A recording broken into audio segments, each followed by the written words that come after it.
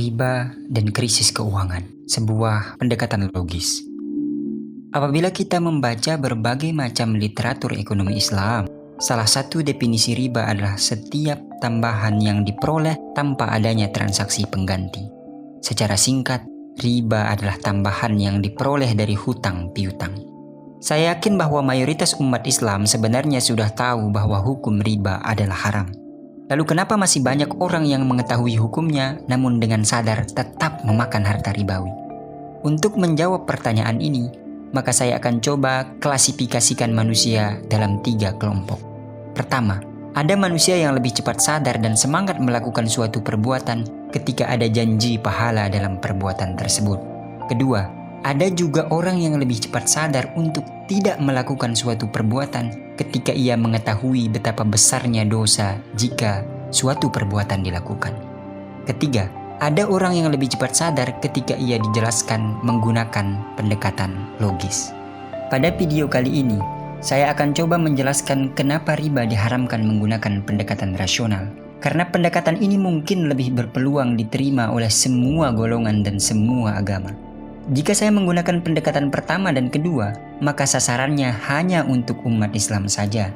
Baik, saya berikan sebuah fakta sejarah bahwa negara-negara ASEAN pernah mengalami krisis keuangan pada tahun 1997 sampai 1998. Beberapa sumber mengatakan bahwa penyebab utama krisis keuangan tersebut adalah spekulasi mata uang yang dilakukan oleh George Soros. Ekonomi Islam tentu melarang dengan keras uang dijadikan sebagai alat spekulasi. Bagi saya, penyebab utama lainnya adalah sistem riba. Saya berikan ilustrasi sederhana bagaimana riba bekerja.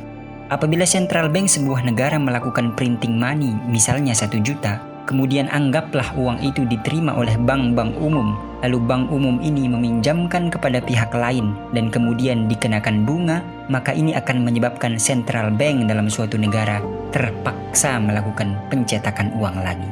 Ringkasnya, salah satu penyebab printing money adalah karena terdapat aktivitas pinjaman uang yang disertai tambahan.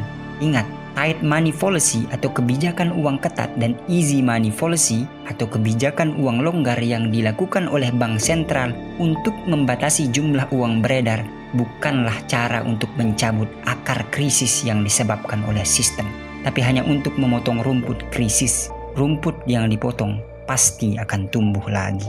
Sekiranya perilaku ini terjadi secara makro karena menjadi sistem negara, bahkan sistem global, peredaran uang di masyarakat akan cepat karena kuantitas uang semakin bertambah. Kuantitas uang dan peredaran uang yang tinggi di sebuah negara akan menyebabkan kenaikan harga atau inflasi. Kenapa harga naik? Karena jumlah barang yang tidak sebanding dengan jumlah uang yang beredar.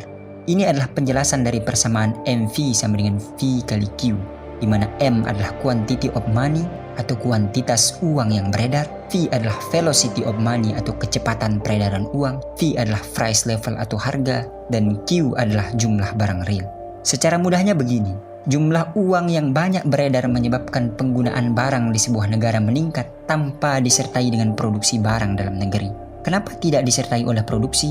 Karena tambahan uang yang terjadi bukan dari pertambahan produksi di sektor real, tapi tambahan uang dari pinjam meminjam. Singkatnya, sistem riba akan menyebabkan printing money tanpa underlying aset.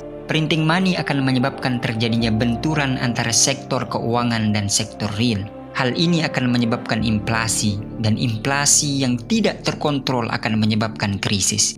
Dalam sudut pandang ekonomi Islam, peran uang adalah sebagai medium of transaction dan store of value. Jadi, uang hanya sebagai alat tukar dan penyimpan nilai saja. Artinya, uang tidak boleh dijadikan sebagai komoditas. Ketika uang dijadikan sebagai komoditas, maka akan merusak nilai uang tersebut atau fungsi uang sebagai store of value akan hilang. Menjadikan uang sebagai komoditas juga salah satu hal yang mendorong orang melakukan spekulasi. Apa akibatnya? Nilai uang akan berubah-ubah dan cenderung terdepresiasi. Jika hal ini terus-menerus diabaikan, maka krisis keuangan yang disebabkan oleh sistem akan terus-menerus berulang.